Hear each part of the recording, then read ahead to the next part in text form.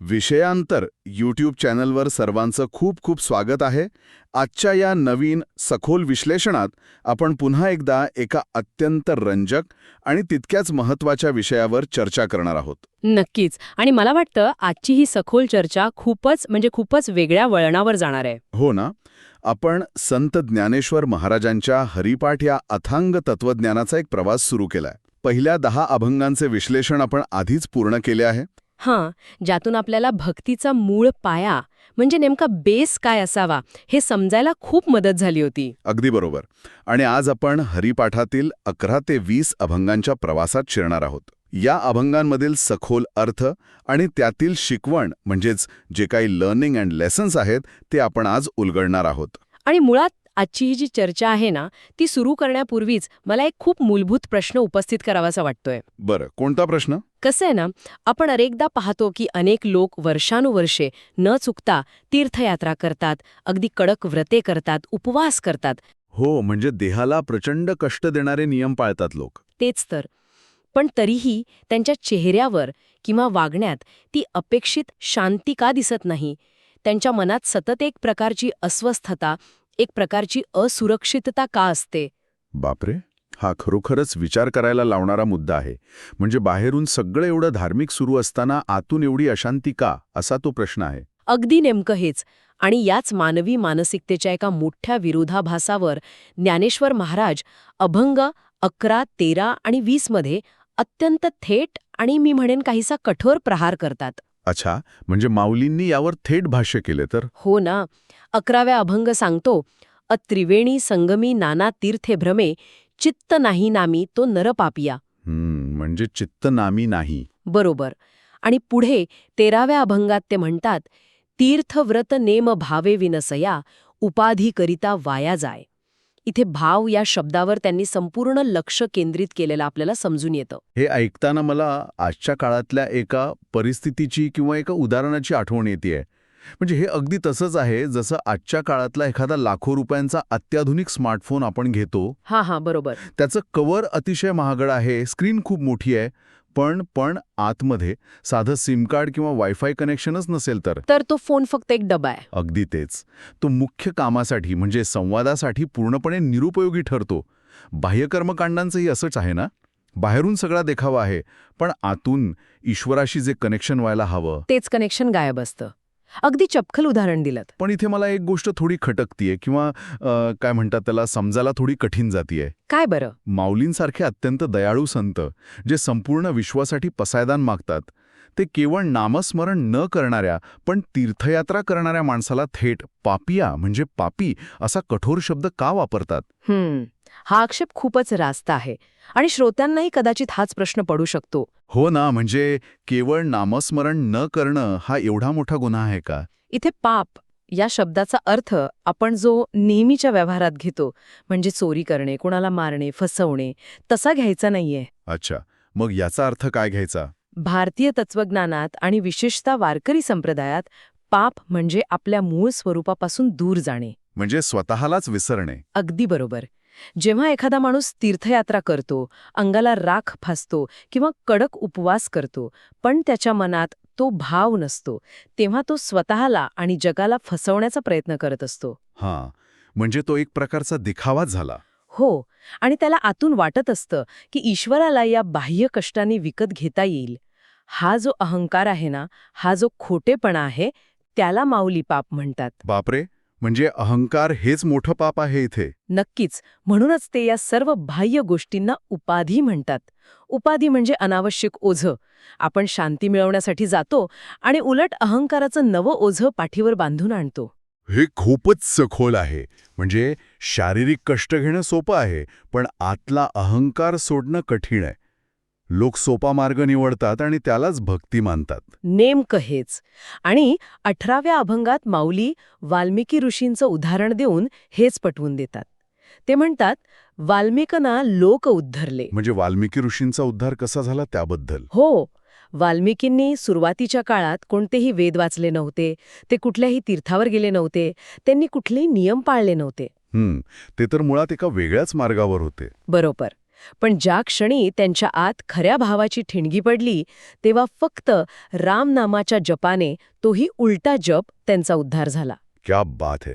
म्हणजे भाव असेल तर शब्द उलटे असले तरी चालतात. अगदी. आणि 20व्या अभंगात हेच सूत्र सांगताना माऊली म्हणतात, वेद शास्त्र प्रमाण श्रुती वचन एक, नारायण सार जप. म्हणजे सर्व वेद आणि शास्त्रांचा अंतिम निष्कर्ष एकच आहे की बाह्य देखावा सोडा आणि आतल्या त्या एका तत्वाशी, त्या नारायणाशी जोडले जा. हो, अगदी 100%. हा मुद्दा तर पूर्णपणे पटतो की बाह्य कर्मकांडे व्यर्थ आहेत आणि आतला भाव महत्वाचा आहे. पण जर हा भाव आतमध्ये निर्माण झाला तर तो टिकवायचा कसा? हा पुढचा टप्पा आहे. हो. आणि मुख्य म्हणजे भूतकाळात केलेल्या चुकांचं जे ओझं आपण घेऊन फिरतो, ते घेऊन हा भाव कसा जागा होणार? इथे आपण या विश्लेषणाच्या पुढच्या टप्प्याकडे येतो. बरोबर. आणि याच प्रश्नाचं उत्तर आपल्याला 12व्या अभंगात मिळतं. हो. माऊली अभंग 12 मध्ये एक अत्यंत मोठा दावा करतात. ते म्हणतात, हरी उच्चारणी अनंत पाप राशी जाती लया क्षणमात्रे. पण हे वाचल्यावर मला एक मोठा प्रश्न पडतो. हे थोडं अतार्किक म्हणजे इलॉजिकल नाही का वाटत? कसं काय? म्हणजे एखादा माणूस आयुष्यभर चुका करेल, दुसऱ्यांना फसवेल आणि फक्त एका क्षणात हरी उच्चार करून त्याच्या अनंत पापांच्या राशी नष्ट होतील? हा तर गुन्हेगारांसाठी एक प्रकारचा चीट कोड झाल्यासारखं वाटतं. असं कसं शक्य आहे? वरवर पाहता हा दावा नक्कीच अतिशयोक्ती वाटू शकतो. कुणालाही तसं वाटेल. हो मा. ते आपण समजून घेतलं पाहिजे. इथे हरी उच्चार म्हणजे केवळ ओठानी शब्द फेकणे नाहीये. अच्छा, मग काय? जेव्हा एखाद्याच्या मनात खऱ्या अर्थाने शरणागती येते आणि तो पूर्ण भावाने नामस्मरण करतो, तेव्हा त्याच्या आत एक मूलभूत बदल होतो, ज्याला आपण कॉग्निटिव्ह शिफ्ट म्हणू शकतो. म्हणजे मानसिक पातळीवर पूर्ण बदल. हो. आणि माऊली एका अत्यंत सुंदर रूपकातून हे स्पष्ट करतात, अग्नी में समरस. अग्नीचे रूपक. हो. अग्नी हे पाहत नाही की तुम्ही त्यात चंदनाचे लाकूड टाकत आहात की वर्षानुवर्षे साचलेला कचरा टाकत आहात. अग्नीचा स्पर्श होताच तो त्या सर्व गोष्टींना स्वतःसारखंच तेज आणि प्रकाश बनवून टाकतो. क्या बात आहे. म्हणजे जसं सुकलेल्या गवताच्या मोठ्या डोंगराला जाळण्यासाठी फक्त एका लहानशा काडीची गरज असते. अगदी बरोबर. म्हणजे अग्नी जुन्या गोष्टीचा इतिहास विचारत नाही, तो फक्त त्याचं रूपांतर करतो. नेमकं तेच. तसंच जेव्हा माणसाचं मन पूर्णपणे ईश्वरीय तत्वात म्हणजेच नामात समरस होतं, तेव्हा त्याचा तो जुना मी, ती ओल्ड आयडेंटिटी पूर्णपणे संपते. जे पाप असतं ना, ते त्या जुन्या अहंकाराने केलेलं असतं. जेव्हा तो अहंकारच शिल्लक राहत नाही, तेव्हा पापांचं अस्तित्व राहणार कोणाच्या खात्यावर? बापरे, हा विचार खरोखरच खूप खोल आहे. खातच बंद झालं तर हिशोब कुठला? अगदी.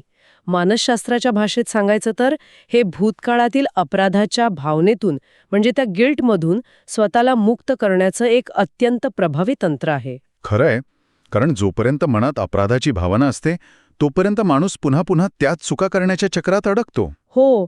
आणि नामाचा उच्चार हे चक्र एका क्षणात तोडतो आणि माणसाला वर्तमान क्षणात आणून शुद्ध करतो. हा दृष्टिकोन खरोखरच डोळे उघडणार आहे. पाप म्हणजे केवळ कर्माचा हिशोब नाही, तर ती मनावरची मळब आहे जी अग्नीसारख्या भावाने जळून जाते.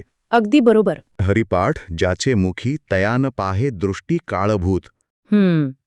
इथे मला असं वाटतं की काळ आणि भूत या शब्दांचा अर्थ आपण अनेकदा चुकीचा घेतो. आपल्याला वाटतं की हरिपाठ केल्यावर एखादं भूताखेताचं संकट येणार नाही किंवा मृत्यूची भीती टळेल. हो, सामान्यतः असाच गैरसमज असतो. पण ह्याचा खरा अर्थ खूप खोल असावा, नाही का? नक्कीच.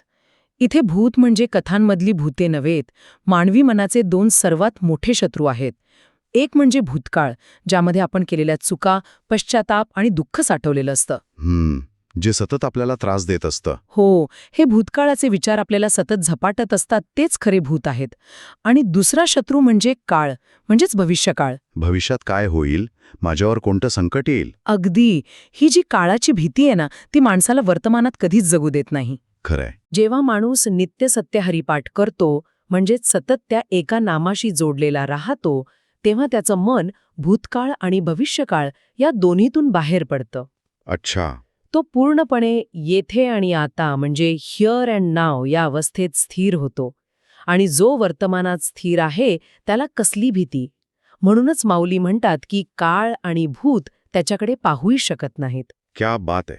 भूतकाळाची टोचणी गेली आणि भविष्याची भीती संपली. आता मन शांत झालं. हो. पण ही अवस्था टिकवून कशी ठेवायची? आपण जेव्हा समाजात वावरतो तेव्हा दररोज वेगवेगळ्या माणसांशी आपला संबंध येतो, संघर्ष होतो आणि आपण पुन्हा त्याच रागालोभाच्या चक्रात अडकतो. हा एक अतिशय व्यावहारिक प्रश्न आहे. इथेच मला वाटतं अभंग 14 आणि 16ची भूमिका अत्यंत महत्वाची ठरते. अभंग 14 मध्ये म्हटलंय, समाधी हरीची समसुखेविन न साधे जाण द्वैतबुद्धी. बरोबर. आणि अभंग 16 सांगतो, एक नाम हरी द्वैत नाम दूरी, समबुद्धी घेता समान श्रीहरी. पण इथे मला तुम्हाला विचारायचं आहे की ही द्वैत बुद्धी सोडायची म्हणजे नक्की काय करायचं? कारण मानवी मेंदू तर मुळातच वर्गीकरण म्हणजे कॅटेगरायझेशन करण्यासाठी बनलेला आहे ना. हा आपला, तो परका, हे चांगलं, ते वाईट. मग ही समबुद्धी कशी काय शक्य आहे? आणि त्याचा समाधीशी काय संबंध? या संपूर्ण तत्वज्ञानाचा अगदी गाभा आहे. आधी आपण समाधी या शब्दाचा अर्थ समजावून घेऊया. बरं.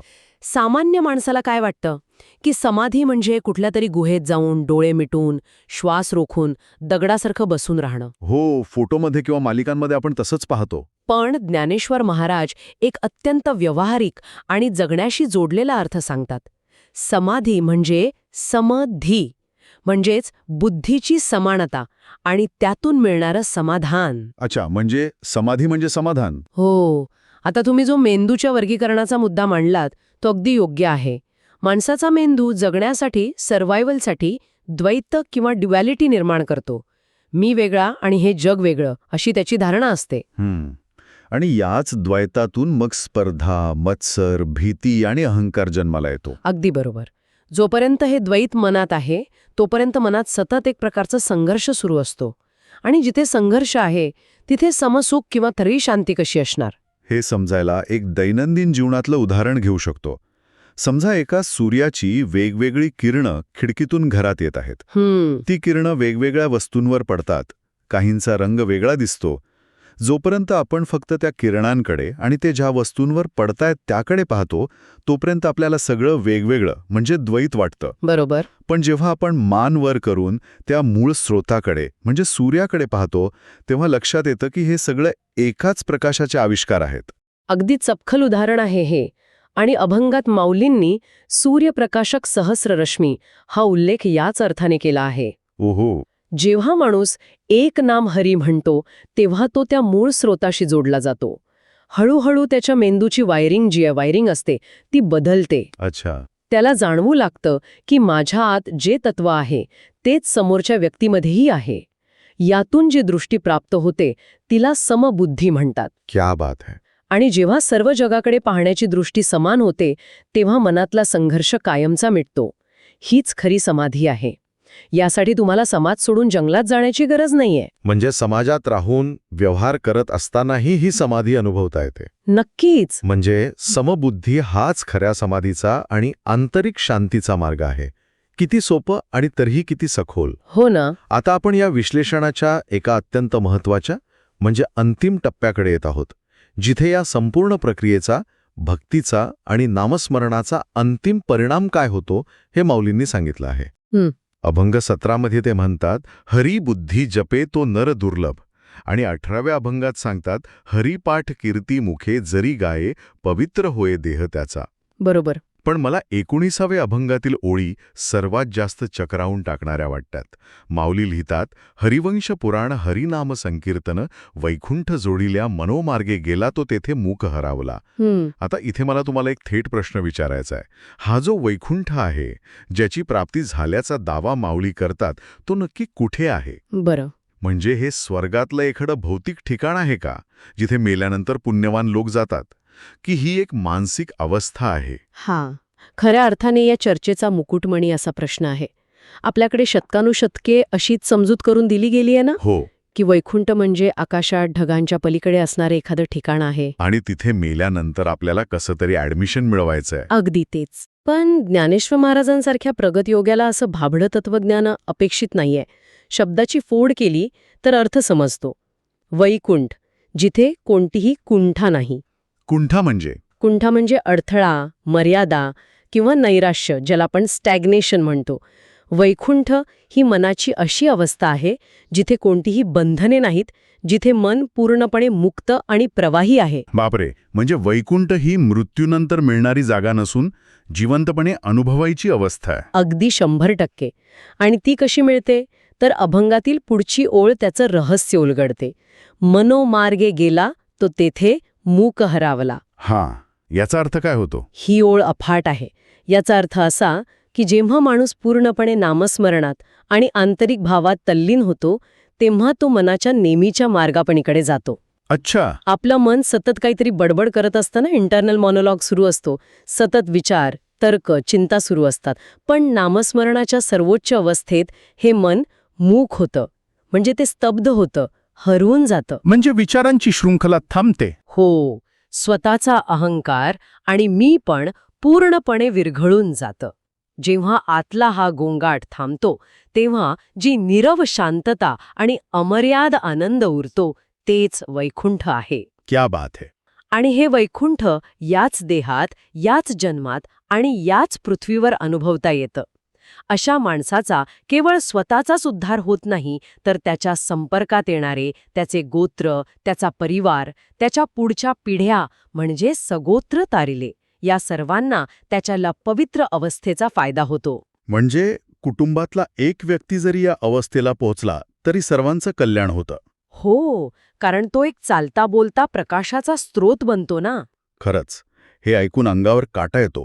बाहेरच्या जगात आपण जे वैकुंठ शोधत होतो ते आपल्या आतच आहे. फक्त तो आतला गोंगाट शांत करायचा आहे. अगदी बरोबर. आता या संपूर्ण 11 ते 20 अभंगांच्या प्रवासाचा आपण एक सारांश घेऊया. या सखोल चर्चेतून एक गोष्ट अत्यंत स्पष्ट होते. आजच्या या स्पर्धेच्या, तणावग्रस्त आणि गुंतागुंतीच्या जगात शांती मिळवण्यासाठी आपल्याला कोणत्याच अवघड कर्मकांडाची गरज नाही. मुळीच नाही. शरीराला कष्ट देऊन किंवा देखावा करून काहीही साध्य होणार नाही. तर अत्यंत निर्मळ मनाने एका तत्वावर लक्ष केंद्रित करणे, जुन्या अपराधांच्या ओझातून स्वतःला मुक्त करणे आणि समाजात वावरताना समबुद्धी ठेवणे, हाच समाधीचा आणि आनंदाचा खरा मार्ग आहे. अगदी तंतोतंत सारांश सांगितलात. आणि जाता जाता एक अत्यंत सखोल आणि विचार करायला लावणारा मुद्दा मला इथे मांडायचा आहे, ज्याचा संबंध थेट आपल्या आजच्या जगण्याशी आहे. नक्कीच, सांगा ना. आपण आत्ताच पाहिलं की माऊली म्हणतात, नामस्मरणात मन हरवून जातं, मुख हरावला. आजच्या या 21व्या शतकात, तंत्रज्ञानाच्या युगात माणसाचा सर्वात मोठा शत्रू कोण आहे? हां, बाहेरचा तर कोणी दिसत नाहीये. बरोबर. तो बाहेरचा कुणीही नसून आपलं सतत विचार करणारं अतिसक्रिय मन आहे, ज्याला आपण ओव्हर थिंकिंग म्हणजे अतिविचार म्हणतो. खरंय. या अतिविचारामुळे आज नैराश्य, डिप्रेशन, अँक्झायटी यांचं प्रमाण प्रचंड वाढले आहे.